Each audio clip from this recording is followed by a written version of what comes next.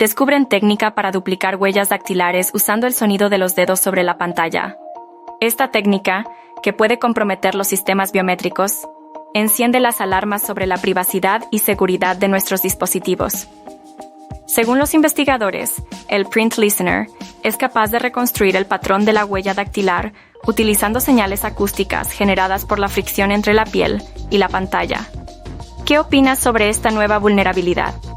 Comparte tu opinión en los comentarios y asegúrate de proteger tus datos personales.